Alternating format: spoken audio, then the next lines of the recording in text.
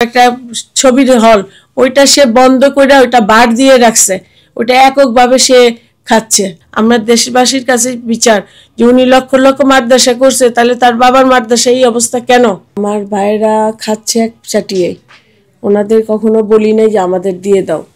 এখন যখন এবার যে সরকার পতন হলো 5ই আগস্ট, এই 5ই আগস্টের পরে যখন ভাই অনেকটি মামলা খাইছে এবং ছাত্র মামলা, এবং উনি সহযোগিতা করছে মিডিয়াতে যা আসছে, উনি জানে যে আমি এখন বাংলাদেশে আর ঢুকতে পারবো না, বা আমার ছেলেরা, ওনার ছেলেরাও এটার সাথে জড়িত হয়ে গেছে ছাত্র মামলার। এখন উনি এই সূত্রে উনি যখন দেখতেছে যে আমি ওপেন হইতে পারবো না, তখন আমার বড় ভাইয়ের ছেলে 22 তারিখে ফয়সাল ওকে বলছে যে তুমি সব কিছু প্যাকেজ বিক্রি করে আমারটা আমাকে দিয়ে দাও, তোমরা নিয়ে যাও।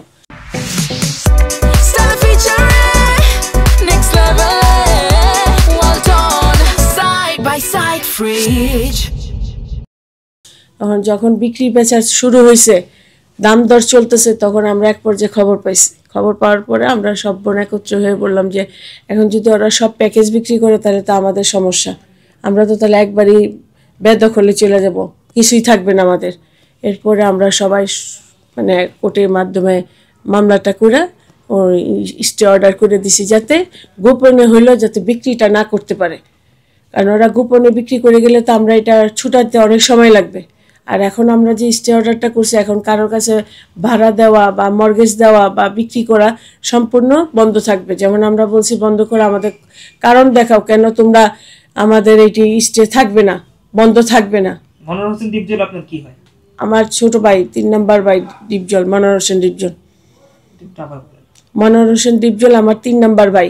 আপনি যে অভিযোগগুলো করছেন এগুলো আসলে সত্য কি? সব কিছু সত্য, একটা কোনো মিথ্যা কথা এখানে নেই।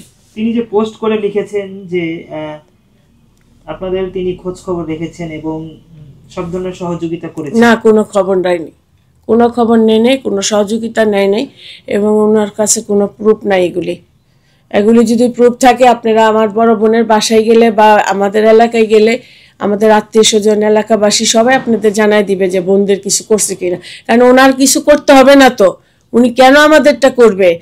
আমার বাপের হক, সুরভ সাহেবের হক, জবেদা খাতুনের হক, আমার মা বাবাই তো প্রচুর সম্পদ রেখে গেছে, ওগুলি ইসমাইলি সম্পদ সে একা খাচ্ছে। ওগুলি না খেয়ে, ও একা না খেয়ে আমাদেরটা আমাদের দিতে বলেন। ওনারটা তো আমরা চাচ্ছি না, আমরা মেজু ভাইয়েরটা চাই না, বড় ভাইয়েরটাও চাই না।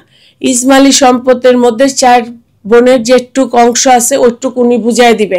ওনার 2 গুণ 3 গুণ আমরা চাই না তো, ওনারটা আমরা চাই না তো। উনি আমার বাবারটা দিয়ে যা করছে উনি এটি তার ছেলে মেয়েদের দিয়ে দেখ, কিন্তু আমার বাবারটা আমাদের ছেড়ে দেখ। আমরা তো অনেকবার পারিবারিকভাবে বসছি, উনি তো তখন মীমাংসা করে নেই। এখন যখন আমরা মিডিয়ার সামনে আসছি, দেশবাসী যখন আমাদের সাপোর্টে আসছে, এখন উনি বলতেছে 2 গুণ 3 গুণ বেশি দিবে। কেন 2 গুণ 3 গুণ বেশি দিবে? আমরা তো বেশি চাই নাই, আর ওনারটা আমরা চাই নাই, মেজু ভাই আফজালেরটাও চাই না, সাদাত হোসেন বাদশারটাও চাই না। তিনি বলছেন যে আপনাদের অংশটুকু আপনাদের বুঝিয়ে দেওয়া হয়েছে। না, কোনো বুঝায় দেয়নি। না না, আপনি এখন আমাদের পুরো প্রপার্টি আপনারা দেখে আসছেন, ওইখানে সমস্ত জায়গায় লেখা আছে 3 ভাইয়ের নাম। আপনারা হয়তো ওটা নোটিশ করছেন কিনা, 3 ওইখানে নোটিশ করা আছে, আফজাল হোসেন, বাদশা, ডিপজল। কিন্তু ওইখানে কোনো বোনের অংশ কেউ বলতে পারবে না যে পর্বতে 1 টাকা নিয়ে আমরা কোথাও পাই। পর্বতে একটা সিনেমা হল ছিল আমার বাবার করা। না, আপনার বাবার কোনো অংশ, প্রপার্টির কোনো অংশই কি আপনারা পান না? কোনো অংশ আমাদের দেয় নাই। পর্বতে এশিয়া হলে, এশিয়াও আমার বাবার ইসমাইলি সম্পদ, ওইখানে সে এশিয়া হল একটা ওইটা নিবেদিত একটা ছবির হল, ওইটা সে বন্ধ করে ওইটা বার দিয়ে রাখছে, ওইটা এককভাবে সে খাচ্ছে। আপনারা খবর নেন, চলেন। বলেছেন যে জীবনের শেষ প্রান্তে এসে তিনি কষ্ট পাচ্ছেন, আপনারা এই বিষয়টি কিভাবে দেখছেন? না, আমাদেরও কষ্ট লাগতেছে যে আমার ভাইয়ের বিরুদ্ধে আমাদের মিডিয়ার সামনে বলতে হচ্ছে, কিন্তু এখন তো আমরা অপারক। তার অসুস্থতার সম্পর্কে আসলে কিছু বলবেন কি? উনি তো অসুস্থ আমরা জানি, জানার পরে উনি মানে 3 মাস যদি সুস্থ জীবনে থাকে, 6 মাসে ভাগুড়াই থাকে, দেশের বাইরে থাকে। তার সাথেই শুধু বসা হয় নাই, যখনই আমরা বসতাম বলতো যে আচ্ছা আমি না মাত্র বাইরে থেকে আসছি, আচ্ছা তোমাদের দেখতেছি। এই তোমাদের দেখতেছি করে শেষ প্রান্তে আইসে এখন সে সবই বিক্রি করে দিবে, তাহলে এটা ইসমাইলি সম্পদ, সে কিভাবে বিক্রি করবে? সে আমাদেরটি রাইখে তাদেরটি বিক্রি করুক, আমাদেরটি বুঝায় দেখ। তার ফেসবুক পোস্টটি কি আপনি দেখেছেন কিনা? হ্যাঁ, আমি দেখেছি। তার কোন কোন বক্তব্যগুলো ভুল বা মিথ্যা মনে হয়? সবগুলাই মিথ্যা। তার জগৎটাই তো মিথ্যা, তার জীবনটাই তো তার মিথ্যা। সে তো মিথ্যা জগৎ নিয়েই আছে। আচ্ছা, বিষয়টি প্রথমে আসলে প্রকাশ্যে আনার পেছনে সিদ্ধান্ত কার ছিল? আমাদের সবার বোন একত্রে হয়েছে, সব বোনেরই। আমরা 4 বোনেই, আজকের থেকে না, আমার বাবা মারা যাওয়ার পর থেকে আমরা বোনরা এইটাই বলতেছিলাম যে ভাইদের সাথে বসা উচিত। কিন্তু যখনই যে বোন যখন যার সাথে দেখা হয়েছে বলছে যে আমাদের প্রপার্টিগুলো আমাদের বুঝায় দাও, কিন্তু ওরা বলছে আচ্ছা দিচ্ছি, দিব, তোমরা তো চলতেছো, আচ্ছা দিচ্ছি, এইভাবেই চলে গেছে। তিনি কি কোনো তথ্য আড়াল করছেন কিনা?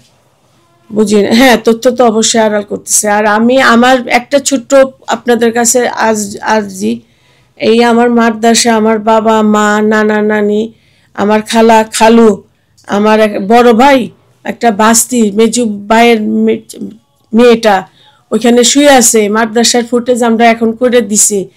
আপনার দেশবাসীর কাছে একটাই অনুরোধ, উনি নাকি মসজিদ মাদ্রাসা এত দান খয়রাত করে, আমার বাবা যেখানে শুয়ে আছে সুরাফ হোসেনের টাকা উনি খাচ্ছে, জবেদা খাতুনের টাকা উনি খাচ্ছে।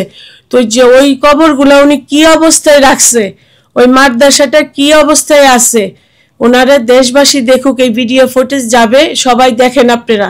আমরা দেশবাসীর কাছে বিচার যে উনি লক্ষ লক্ষ মাদ্রাসা করছে, তাহলে তার বাবার মাদ্রাসা এই অবস্থা কেন সে ফালায় রাখলো? আর ওইখানে এতটি মুরব্বী শুয়ে আছে। অনেকবার বলছি ভাই আমাদের মাদ্রাসা মসজিদ আপনি ঠিক করে দেন। এগুলি অনেকে আমাদের কমপ্লেন করে যে আপনার বাবার মসজিদ মাদ্রাসায় ঢোকা যায় না। আপনাকে এর আগেও বলছি বালু পরে, আজকে আমি ওইটা ভিডিও করে আমি অন্য চ্যানেলগুলোতে দেওয়া হয়েছে, আপনারা সেটার থেকে দেখে নেবেন যে তাইলে আমাদের কথা রাইট না ওনার কথাটা রাইট।